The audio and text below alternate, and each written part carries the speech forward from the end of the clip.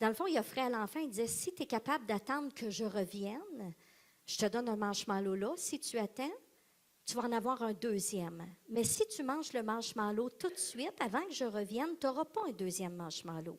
Et à 4 ans, l'enfant est capable de comprendre, oh, si j'attends, là, je vais en avoir deux. Là. Hein? Si j'attends pour plus tard. Alors, on regarde ça, puis on regarde le résultat.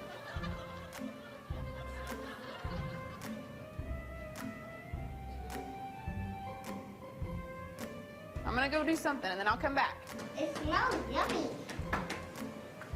Oh, it smells really good. Alors, il semblerait que ce fut une des expériences les plus instructives au niveau de la psychologie comportementale. En tout cas, ça fait partie des grandes expériences qui ont été faites. Ce qui n'est pas banal, c'est que, bon, tout d'abord, le résultat, il y a environ un tiers des enfants qui ont été, à l'époque, en tout cas pendant les 20 minutes, qui ont été capables de résister avec toutes sortes de méthodes. Là, ils regardaient pas qui move, ils se prenaient la tête, bon, ils chantaient, ils essayaient de se distraire. Il y en a un tiers qui, à un moment donné, n'a pas résisté. Ils ont succombé à la tentation.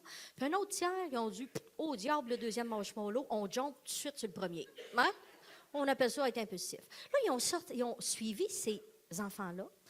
14 années plus tard, pour se rendre compte que la différence était énorme entre ceux qui avaient su résister au marshmallow et ceux qui n'avaient pas su résister. Ceux qui avaient su résister avaient de meilleurs résultats scolaires, étaient plus engagés, avaient beaucoup moins de conflits avec leur père, PAIRS, avec les parents et tout ça. Ils étaient mieux adaptés socialement. Comparativement à ceux qui avaient été très impulsifs, il y avait beaucoup plus de décrochage, bien sûr, mais de conflits avec l'autorité. Déjà, on voyait des jeunes qui allaient en prison. Il y avait plus de problèmes d'addiction, de dépendance, drogue, alcool, sexe. Bref, beaucoup de conflits avec les parents, avec les amis, beaucoup moins adaptés. Il semblerait que c'est un des grands, grands prédicteurs. Et là, ce que ça donnait, dans le fond, comme conclusion, parce que les gens se sont intéressés à ça là, pendant des années, c'est que c'est pas l'estime de soi. Puis là, je sais que je vais vous chambranler, là. Je sais, là, je viens de toucher un paradigme important. Ce serait la maîtrise de soi ou l'autorégulation, le self-control, qui serait une des caractéristiques les plus importantes pour réussir dans la vie. Là, je ne suis pas en train de dire qu'on garoche l'estime de soi à la poubelle.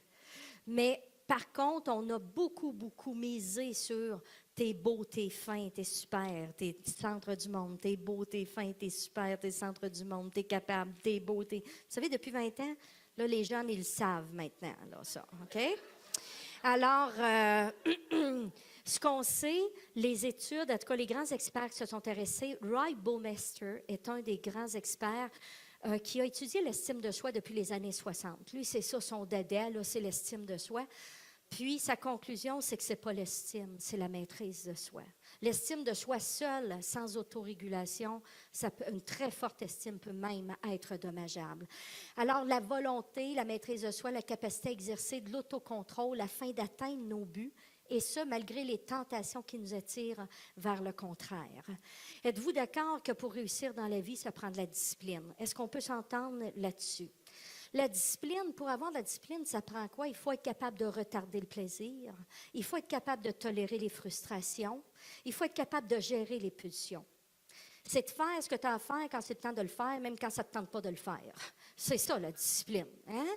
Alors, donc, résister aux tentations, c'est tout ça. Puis, volonté au autocontrôle, Roy Baumeister, ce qu'il dit, un faible contrôle de soi, selon lui, et beaucoup d'experts maintenant, il dit c'est associé à peu près tous les problèmes qu'on peut rencontrer. Les dépenses compulsives, hey, je m'aime, je mérite ça. Non, la question, c'est as-tu les moyens? On a parlé d'argent. Moi, je travaille avec des agriculteurs qui sont extrêmement endettés maintenant. Hein? Fait que, on se fout un peu de l'estime de soi. Là. C'est ton banquier ou ta banquière a dit que tu as les moyens, que tu as ces moyens d'acheter ça. Alors, ça ne va pas avec ce que je pense que je mérite. Et à plus petit niveau, on peut le voir. Le taux d'endettement n'a jamais été aussi élevé pour les Canadiens. On est une génération qui est nos jeunes s'endettent de façon incroyable. On veut vivre dans le moment présent. On est dans une here and now. Enjoy tout de suite. Alors, dépenses compulsives, ça l'amène aussi de la sous-performance, la procrastination. Hein? C'est quoi ça, la tendance à remettre à demain? On s'entend, on souffre tout un petit peu de ça. Hein? Mais il y en a qui s'en souffrent plus que d'autres. Il y en a que la fièvre elle monte plus haute. Là, hein? Alors, et encore là, des experts disent que la procrastination, dans le fond, c'est une incapacité à s'autoréguler parce que des fois, tu n'as plus de bouillon, tu n'as plus de glucose dans le cerveau, tu es vidé. Hey, quand tu es fatigué, là, aller faire du gym à 9 h du soir, là, on s'entend, c'est plus facile de tomber dans les whippets au chocolat et d'écouter un beau soap. Donc, mais la procrastination, c'est à différents niveaux une incapacité à s'autoréguler, à faire ce qu'on a à faire parce que on préfère soit éviter la souffrance ou la douleur, ou on veut avoir du plaisir. Puis on peut procrastiner dans nos communications aussi. Hein? C'est pour ça que je vous ramène, là, pour arriver à communiquer quand c'est difficile ou de dire d'oser, ben il faut se garrocher, il faut gérer notre anxiété moyennement. Il ne faut pas juste écouter ça et dire, ben regarde, on va repousser ça. Il faut se préparer quand on a un événement. Donc, la procrastination, les crises de colère, c'est quoi? C'est pas parce que je m'aime pas, c'est parce que je m'auto-régule pas. Et que tu viens de dire quelque chose qui est venu me chercher, j'ai pas été capable de calmer mon cerveau émotionnel et paf, j'ai agi sous la pulsion de la colère.